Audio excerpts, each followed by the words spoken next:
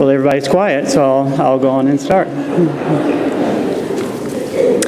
Good morning and welcome to one of the student lectures for this year, this fall to be given by Sam Barker. It's a big honor for a student to be chosen by the faculty as one of the 2 student lectures given each year by seniors. It's no surprise to me that Sam Barker was chosen to give one of these lectures. When Sam asked me to introduce him, I naturally thought to myself, what's a story I can tell about Sam that would embarrass him? Well, I couldn't come up with anything, and maybe I just didn't ask the right people. But the truth is, I don't think Sam is easily embarrassed, and that's one of the things I really like about him. There's nothing pretentious about Sam. He just doesn't take himself too seriously, which is extraordinary considering how bright and talented he is. I said something to him about his whimsical photo in the brochure for the lectures this talk, and you can see the photo up here. And he said, oh yeah, I was just having some fun. Well, Sam likes to have fun, and life should be fun. I think this is a positive outlook Sam gives, and it gives him a healthy sense of himself and an appealing way of interacting with others. I said this is one of the things I like about Sam, but there are many things to like about him. In fact, what's not to like about Sam Barker? He's personable, smart, respectful, dependable. About the only negative I could think of is that he has terrible handwriting. And I take up a lot of handwritten homework in my classes, so I can really attest to the terrible handwriting. But it's certainly not a character flaw. And a long list of positive traits, I think I would list enthusiasm near the top. One day in my graph theory course this past spring, I told the class we were going to discuss the mathematics behind a pop culture topic, 6 Degrees of Separation and the Kevin Bacon gang. And Sam spoke up right away and said, this is going to be a good day. Well, I love that excitement and optimism, and maybe I've embarrassed Sam after all, I don't know. But that sort of attitude and approach to your studies and to your day's work, no matter what it is really refreshing. Sam's ability to set a good tone is a wonderful gift that he has. So, Sam is fun and playful and has a lot of charm, but there's certainly a lot more depth to him than that. He's not just a puppy. He's intelligent and he takes his work seriously. I've been working with Sam on a research problem this semester, meeting once a week. He has a good bit of natural ability for understanding mathematics, and he's offered some keen insights into the problem we've been working on. He also has been solidly reliable as a tutor for the math department for a couple of years now. He's a devoted Christian, and he takes his faith seriously. He's active in his church, and is someone who I think is committed to being the person God has called him to be. He's not burying his talents. He's committed to using his gifts to serve others and to make a difference. And so, Sam Barker is really a remarkable young man with wide-ranging abilities. He can be the life of the party, but he has integrity and high moral standards, fun-loving and hardworking, exuberant and disciplined, helium and lead, a gregarious mathematician. Now there's an oxymoron for you. But for Sam, it actually fits. Sam is from Bristol and attended Tri-Cities Christian schools. He's engaged to be married next fall and is planning to be a high school math teacher. Sam could be successful in many careers: a mathematician, a neuroscientist, a minister, a cheerleader. But I think working with people, and in particular being a good role model for young people, is a great choice for him. So thank you, Sam. Thank you for being such a star student. Thank you for your attitude and always being a good sport. Thank you for your character and your strong work ethic, and for having some fun along the way. I look forward to hearing what you have to share with us this morning. This is going to be a good day. Please join me in welcoming Sam Barker as the student lecturer for this fall.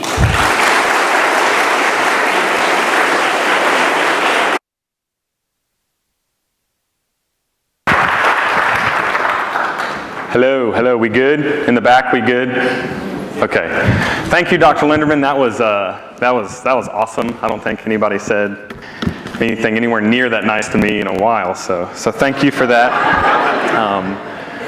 And thank you, faculty, for picking me. I know this is a big honor. I know this is a big deal, and I hope to live up to it, while also kind of bringing it down a little bit to where everybody is. But thank you, faculty, for picking me. Thank you, students, for coming out and choosing today to be one of your days to get your CCS credit. Thank you for that. And without further ado, let's get into it.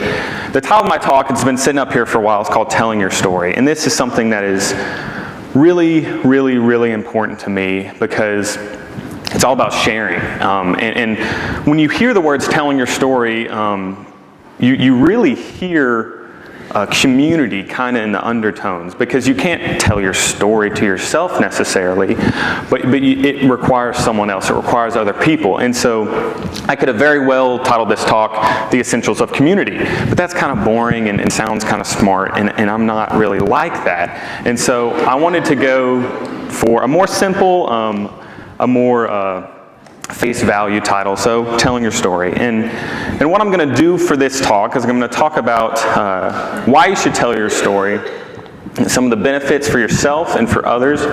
I'm going to talk about some things that keep us from telling, some of the reasons why we don't tell, and I'm going to share a little bit of my own story with y'all, something that I don't know if any of the people in here really know a lot. But I'm going to kind of give an example of how to walk through part of your stories, even part of the bad parts of your stories. But before I get into that, I want to kind of go through some examples of what makes a good story. And I've kind of leaned on media a little bit in this sense, and I'm going to I have some screenshots from some movies, and they're pretty. I love movies. I love watching movies. If you're a barker, what you do is you go watch movies, and we love doing that. And so I have some movies to kind of illustrate some of these points. And so I have 4 points, and there's many more to what makes a good story and a good movie. But I chose 4. And the first one is the whole good versus evil. This is a scheme. This is a kind of a plot line that it has been used so much. And I think for very good reasons, because we kind of align ourselves with the good guys. We align ourselves with the heroes. And we love it when they kind of, they feel like there's no way they can win. We feel like there's absolutely no way they're going to pull this off, and yet they still do. And we love it. We cheer for them. We want to be by their side. We want to be on their team. And so the first movie, by the way, I tried to pick movies that were, decently old. They're not super old, but spoiler alert, possibly. I would hope you've gotten around to see some of these movies, but I know a lot of people aren't as avid movie watchers as the Barkers, and so spoiler alert. And this first one is, you can kind of see that, yeah? Okay, seeing some nods. This is Star Wars Episode 3, and this is the quintessential good versus evil. It just epitomizes this struggle. And the cool thing about this movie is you got the light side and the dark side, and that's kind of the overwhelming across the series storyline. But you also have inside Anakin himself, he's battling against it. He starts good, and then he gets kind of weird, and then he gets evil, and then his last act is sacrificial. It's good, and so it's a really good. It's a really good kind of the quintessential good versus evil. And the next one I have is good old Harry versus Voldemort. And this one we kind of relate to even more because, in a way, Harry is, he's kind of normal. Take away the magic, take away the flying. If you think about it that way, he's not that normal. But he really is kind of normal. Take away all that. They got school dances. They got crushes. Hogwarts is pretty much high school for them, and so they really come down to earth in that respect. And we can attach to them even more. We can relate with them even more. And yet, even as normal as he may seem, he's still able to completely destroy the ultimate evil of his time, Voldemort. And it kind of makes us feel like I can't touch my chest. It kind of makes us feel like we've defeated something. It kind of makes it seem like we won something, even though we just sat down and watched it. When the story is shared with us, it makes us feel like we're victorious. And it's pretty cool that a movie can do that. And this next one, this is a good one. It's a real good one. Man, way to make us hate a character. Just kill off the noble king and father and your own kin. I mean, it's just, we instantly hate this character. And I'm not going to lie, like this scene scarred me, like big time. And it's a great scene. And I remember I was heartbroken about this scene. But in reality, why? This is animated animals that are talking and everything. Like, why do we feel so? It's because we feel attached to this. It resembles loss and things like that. And so, good versus evil, great plot line. One of the many things that makes a good story. The next one is emotional realism. And these things aren't so fictitious. These things aren't so fanciful or grandiose. These things kind of hit us closer to home, and that's what makes some of these next movies really good. This first one, does anybody recognize this? Yes, and this is one of the last scenes in Marley and Me.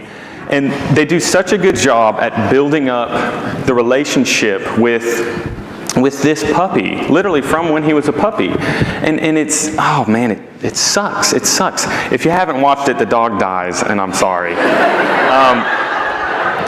But just from sitting down and listening to their story, we feel as if we have connected to Marley. We feel like as if Marley's real. And if you've ever lost a dog, I mean, you feel it that much more. And it's just, again, it's that sharing their story with us, we feel as if we're part of it. And this next one is from my favorite movie. And this is the opening scene of Saving Private Ryan. And wow, was that a grimly scene. This is the storming of Normandy, and sometimes it's lost on a generation like us, a generation like most of us out here, because we just haven't.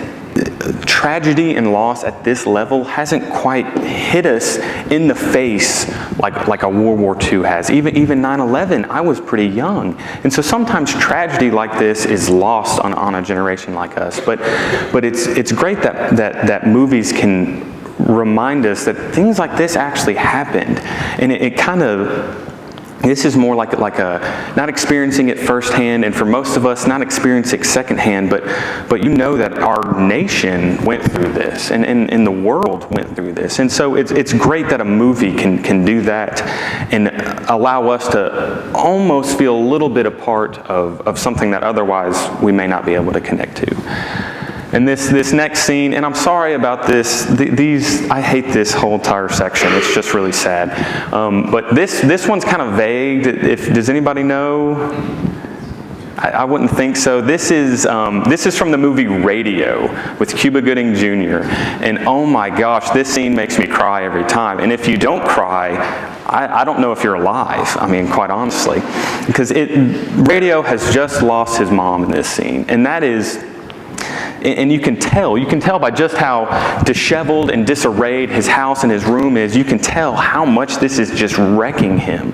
And Coach Jones, the other man sitting there, this is what makes this scene so awesome, I think, is that he gets that phone call and he knows what happened. He's told what happens, and he goes over there and he says, I know this is going to suck for you, and I know this hurts, but I'm willing to sit right next to you in the middle of it hurting, in the middle of you suffering. I'm willing to be there. Not that I can make it any better, but I'm willing to sit there with you. And that's what makes this scene so powerful. Enough sadness. Now we're going to go into another realm of what makes movies good, what makes stories good, and that's plot twists. And plot twists, man, they make life interesting, and your life has a ton of them. I guarantee y'all can think of some just off the top of your head, and they really do make life interesting. They make life enjoyable. And so some of these movies are a little more vague, so you may not know them, but I'll try to explain some of them. This first one is Gone Girl, and it's a whodunit kind of movie. It's a great movie. It came out in 2014. Go watch it. Like, don't study for anything. Don't do any homework. Go watch this movie. It is so good. But pretty much it completely changed. I thought the guy in this picture was the person who did it, because I knew it was a whodunit kind of movie. I thought the guy was the person who did it at the beginning, beyond a shadow of a doubt, and at the end I thought the woman was the one, and the woman actually was the one who did it. And it was a crazy plot twist, bouncing from here to there the whole time, and it was a great movie. This next one is Shutter Island, another great movie. Leonardo DiCaprio, he's the man. And this is, I never knew what to expect in this movie, and I really don't even want to spoil this movie, so I'm not going to even say much about it. But go watch this one too. This next movie is, it's the original Planet of the Apes. I remember I was younger, I was watching this with my pops, and I thought it was dumb. I couldn't get over the monkey suits. It was weird. But it is a great movie, and it had such a crazy plot twist at the end that changed everything that George Taylor's thought was true. Changed everything. And so it was an awesome plot twist, and you didn't know what to expect. My last section, my last point rather, is epic adventures with heroic leaders. This is what makes good stories, and in a way, you're kind of on an epic adventure, not as crazy as some of these examples I'm going to give, but you're kind of on these epic adventures. You're kind of the leaders in your story, and so you kind of relate to these people, whether it's their personalities, whether it's their quest that they have to do. You relate to them, and these characters may be fictitious, but we still long to be a part of their story. We still long to be right next to them, walking with them, and going along for the ride. And so this first band of misfits is the Guardians of the Galaxy. Great couple movies. I can't wait for them to just keep spitting out some movies. But these guys, they're pretty much all outlaws. They're pretty much all pretty shady characters, but they come together and they end up saving the galaxy a couple times, and I don't understand. But it's great. We plug into their lives. We want to be one of the Guardians. We want to be right next to them because we relate to them. And the next one is the Avengers, and these are a little bit more noble group of people, a little bit more heroic. This is what we think about. And the personalities here are pretty. They're the thing that make this group interesting. How they clash, how they fit together sometimes and don't other times, and we want to be an Avenger. We want to be next to them. And now the next group of heroes, these mean a lot to me because they're actually real. They're not fictitious. The other ones have been kind of fictitious, but these guys are actually real, and they mean a lot to me. That they will stop at nothing to help people, and that's what I love about them. And that is, of course, SpongeBob and Patrick. And like, they're the greatest heroes of sea kind, and quite honestly, probably the greatest heroes of mankind. And it's just, they may be idiots, but we love them, and we can't get enough of them. And it's just, it goes to show how kind of some silliness sometimes, we still long for that. We still long for the connections there. And so that's all my examples that I have. I could talk about movies all day, but I understand some people may not really fit with movies. You may not be a movie watcher, but I think everybody fits with stories. Everybody loves stories. Everybody loves community. Everybody needs community. And so why am I talking to you about all this? And what I'm really wanting to do is I'm wanting to stress to all of y'all that the very things that make these movies so good, so enjoyable, so funny, so real, the very things that make those movies great are the things that make your life a good story. And it's not, you're not going halfway through the galaxy and fighting crazy things and doing stuff like that, but the same elements are what make your life a good story. And the thing is, we all have those same elements. We all have the ugly stuff. We all have the happy stuff. We all have the hard stuff. And so I'm wanting us to share them. That's what I'm wanting us to do. And and every single one of our stories is a story that is interesting, that is unique, and that is purposeful. Every single one of our stories, it's very curtailed to you, and no one else is going to be able to fulfill the very things that you're supposed to walk through.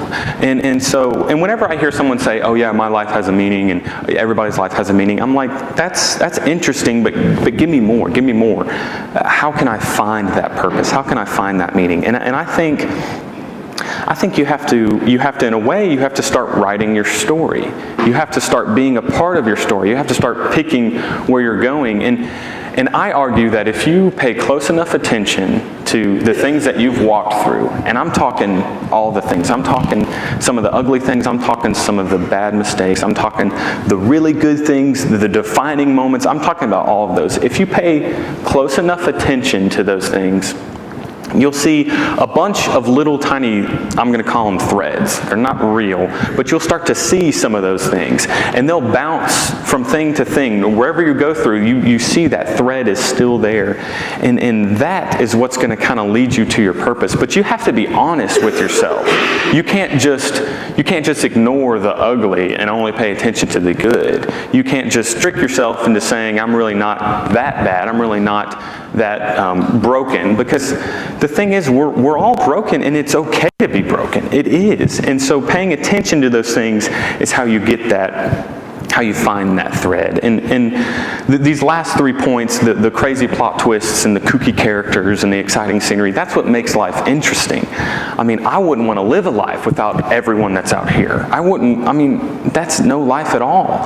No life to rub off other people, good ways and bad ways. That's no life at all. You have to have those people, you have to have the scenery, and you have to have the plot twists. And the plot twists, they can be real ugly at times. They can be really hard at times. They can be really good at times.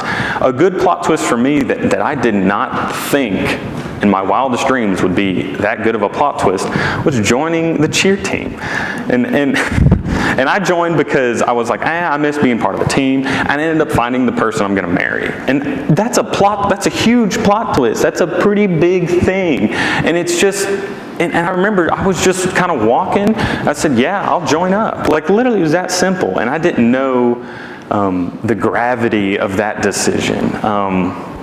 And so those are plot twists that are in each and every one of our lives. And there's some ugly ones, and I could tell some of my ugly ones, and I'd love to share that. I don't think this stage is necessarily the place to share those. But we all have those ugly ones, and I'm open to share some of them. And I'm going to share kind of one a little bit later. But now let's go over some of the benefits of storytelling, because I think there's a ton. And some of the benefits for others is that they get a glimpse into your life. They get to see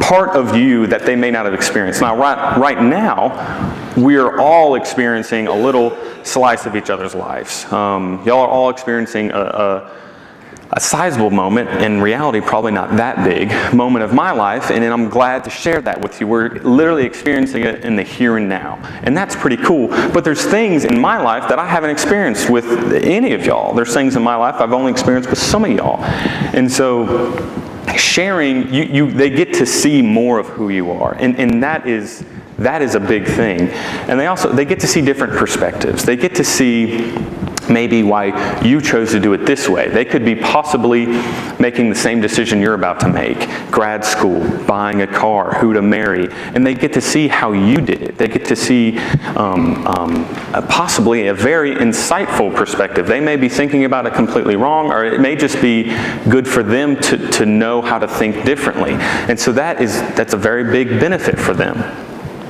Also, they get to learn from your mistakes. And this is like, okay, I'd rather people kind of experience it for themselves. I don't want to have to go through the ringer just so they can have an easier time.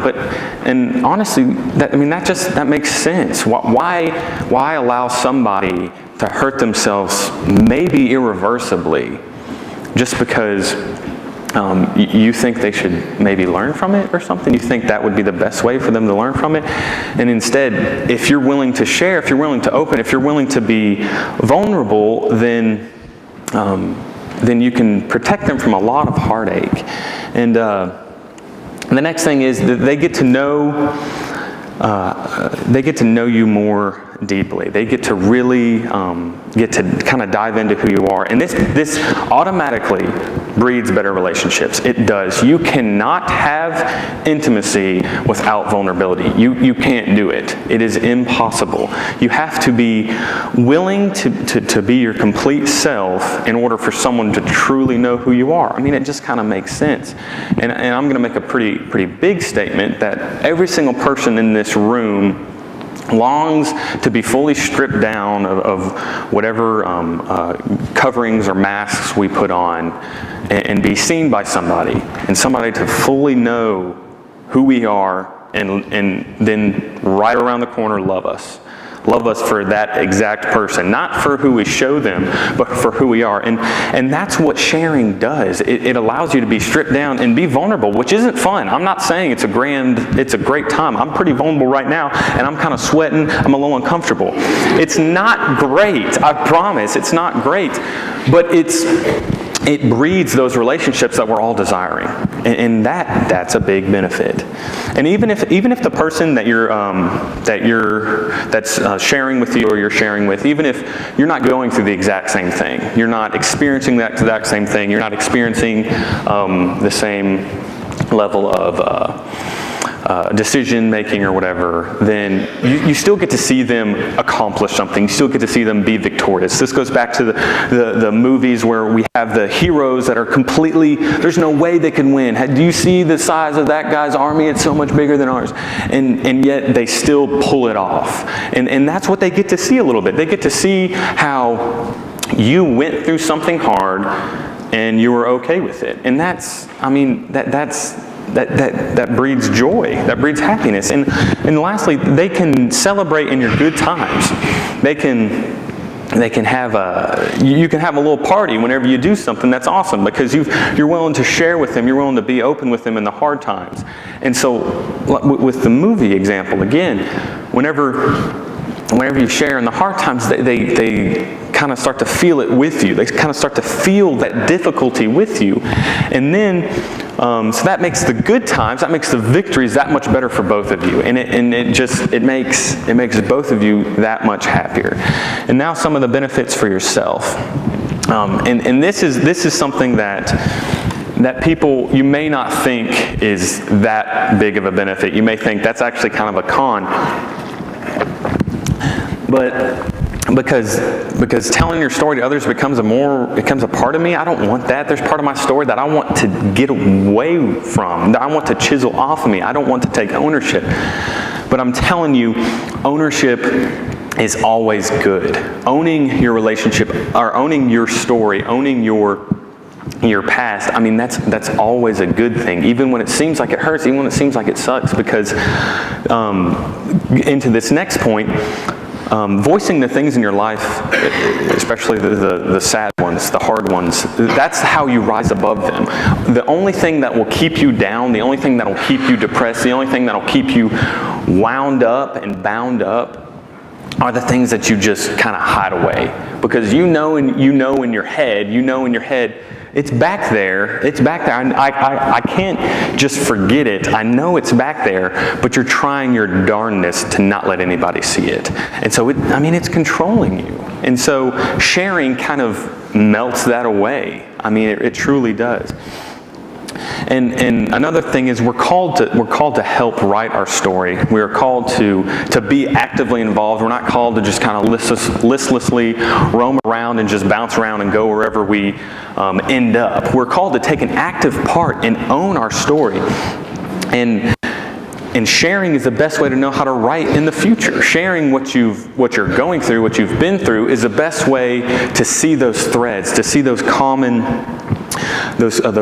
elements that just are working your way through your life, and to be able to, you will have better understanding of the future. You'll know which decisions to make, and sharing kind of allows that. And also, this is a huge one. I'm big on community, and this is pretty much just screams community. Whenever you share with a group of people, your sense of belongingness to that group, your sense of community, your sense of being a part of, that shoots through the roof. It goes off the charts because you're like, wow. Again, back to that thing that we're all wanting. I was vulnerable with this group of people. I told them something that was hard for me, and they said, come on over here. Let's go get a cheeseburger. And they accepted me for who I was. And then that is amazing. And you literally begin to be more incorporated into that group. And this last one is even hard sharing breeds closeness. Even hard sharing, it's not going to turn people away. The people that truly love you, that have the best interests for you, that have your interests above their own, they're not going to turn a deaf ear to your sharing. And we're scared of that. We are scared of presenting ourselves because we know we want to be loved for all of us. We're scared of presenting ourselves and someone saying, not for me. Take that back, please. And so we're so scared of that we close off and we never share. And then we feel kind of isolated in a full room because we know nobody's seeing me. And even hard sharing, though, to your community, it breeds relationships. And one thing I'll say, one more thing I'll say about this is, we as a community, as a society, we see struggle and we're uncomfortable. It's kind of awkward. We don't like it. We don't want to be a part of it. And it kind of is exasperated by everybody on social media.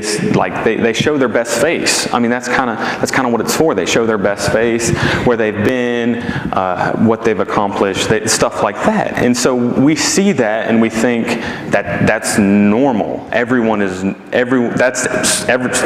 people's everyday life. Is that kind of perfection.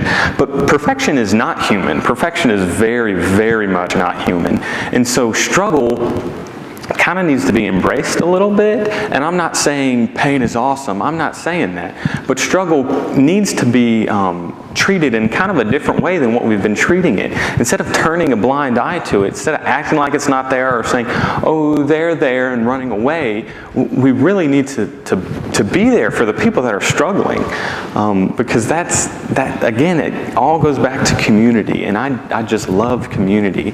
And so when you're prone to run away from struggle, I just urge you just to not.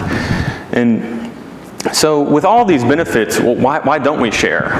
If you buy into the fact that these are benefits, if you buy into the fact that, yeah, I could see how sharing does that, what's keeping us from sharing? What's keeping us from really just being open with people? And the answer is that we're all kind of scared.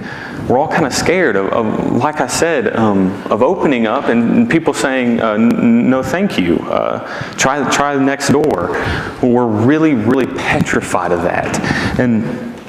And so many of us don't share stories because they don't fit in with what they should be. They don't fit in with what we think society has kind of told us what our story should be. Because we have, and it's almost always unspoken, almost always.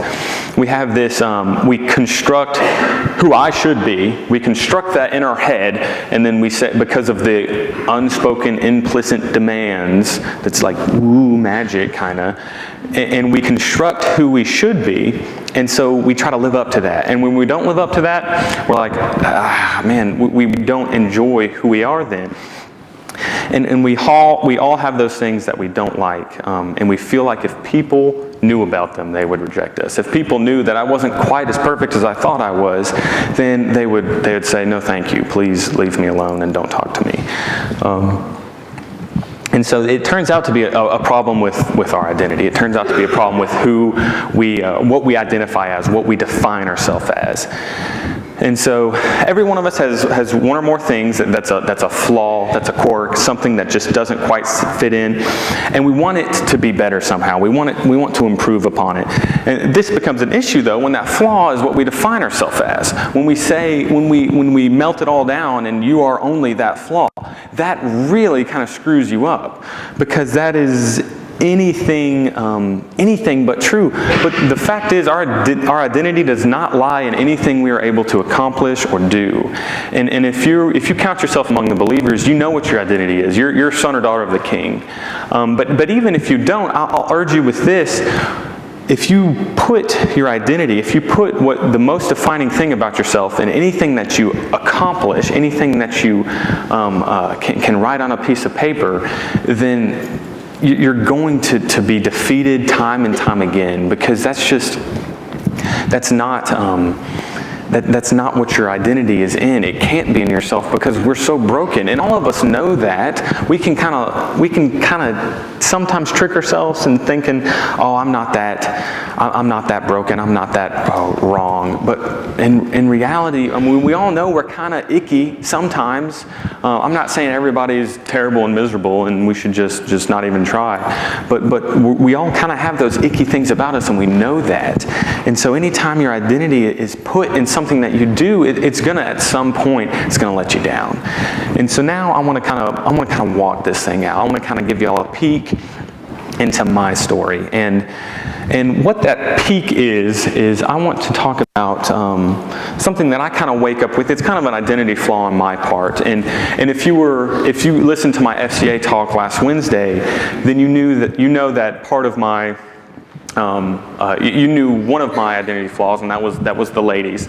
I had a really bad identity flaw, and I had to have a girl by my side, and it wasn't until I really started thinking about it that I realized that was a flaw that I had, and I kind of traced that back. I found that thread, but I want to kind of speak to y'all about another one that I've had that's really showed itself kind of in college while I've been at King. And that's the fact that I don't feel that tough. I don't really see myself as being that manly. I don't see myself as being that strong. And I see I'm not really physically strong. I'm not really super. Not me. I'm not self-sufficient in any way. I mean, my parents are providing most of my bills. I don't really have any bills. I'm not really independent. I can't take care of many people because I can't take care of myself. And I know these are kind of stereotypes to what a man is, but I see men. Men defined by the age. I see men in my life that are those things. They're strong, they're self-sufficient, they take care of others, and they seem to love doing it. And so I feel like I'm falling short. And I wake up with that. I do. I mean, and I can kind of forget it sometimes, and I can kind of cover it up sometimes. And one of the ways I cover it up is I'm like, okay, I may not be that strong, I may not be that tough, but I'm pretty smart. And so I cover it up with my intelligence. And that works for a while until someone else that's smarter than me comes into my life, which happens every day. And so it really doesn't work that well.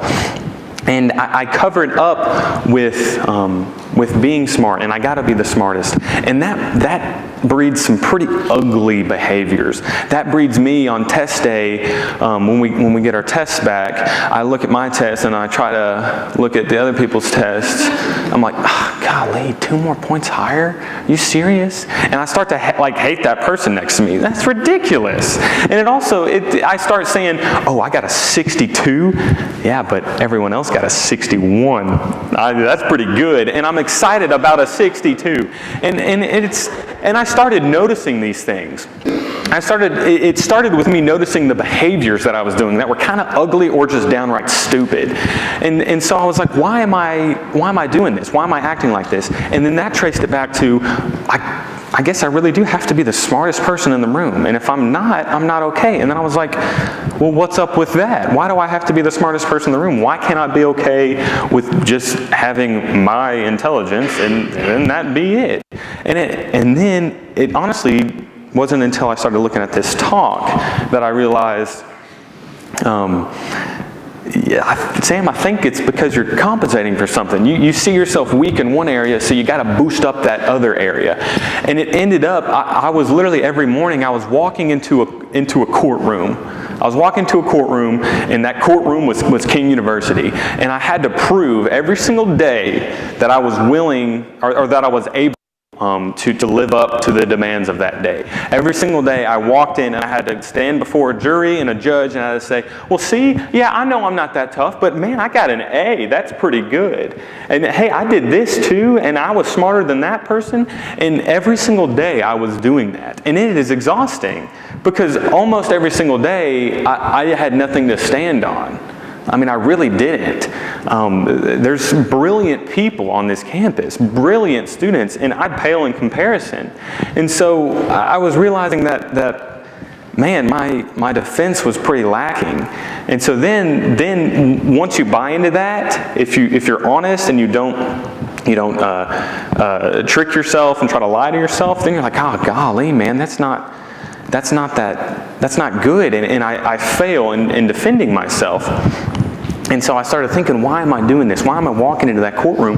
It's because I felt like I was lacking. I felt like I wasn't that tough, and I had to compensate. And that's a flawed identity. And it was nice that I was able to trace back that thread and go from point to point and kind of figure out a significant flaw in my life. I mean, that's significant, and it was breeding some ugly stuff. And that was really cool. And the thing that made that hard, though, is that I had to be honest with myself. I had to really say, Sam, this is really how you are. But it allowed me to kind of overcome it. Allowed me to kind of to get past it. And so that's how I'm kind of wanting us to share this thing, and how I'm wanting us to kind of walk through our stories. And I got one more slide, and it's pretty cool, and I'll leave everybody with this. And that's this word right here. Now, this word was coined by John Koenig in his short web series called The Dictionary of Obscure Sorrows. And that sounds very depressing. I haven't watched this, but it does sound depressing. But I thought this word was awesome. And Sonder, and the definition is, it is the realization that each random passerby is living a life that's just as vivid, just as exciting, just as intricate and complex as your own. And that's a weird thing to think about, because I only experience stuff through my eyeballs. I can only process stuff with my brain. I can't think like my dad thinks. Sometimes I can try, but I really can't. And so this is a pretty cool a word that describes that, wow, everybody else is walking through this thing too. And when I heard this word, what I kind of thought of was, in other words, everybody has a story. Everybody has a story that's just as awesome, just as broken, just as painful, just as sad, just as exciting as everyone else. And so what I'm wanting us to do, what I'm urging us to do is just to be willing to share that with other people. Thank you guys for listening. It's been awesome.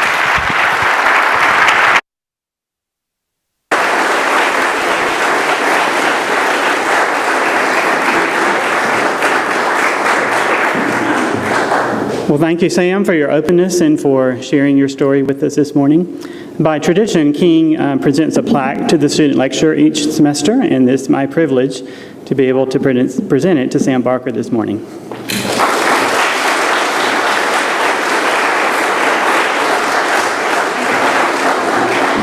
Chapel is dismissed.